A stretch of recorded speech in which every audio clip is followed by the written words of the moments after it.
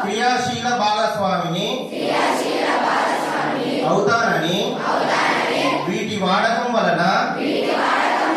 కలిగే దుష్పరిణామాల గురించి సంపూర్ణ అవగాహన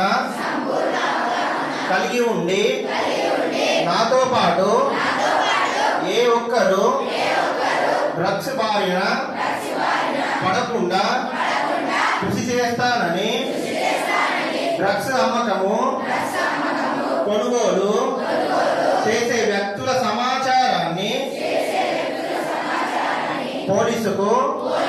తెలియజేస్తానని డ్రగ్స్ రహిత జీవన శైలిని అనుసరిస్తానని డ్రగ్స్ రహిత సమాజమే లక్ష్యంగా సాగుతున్న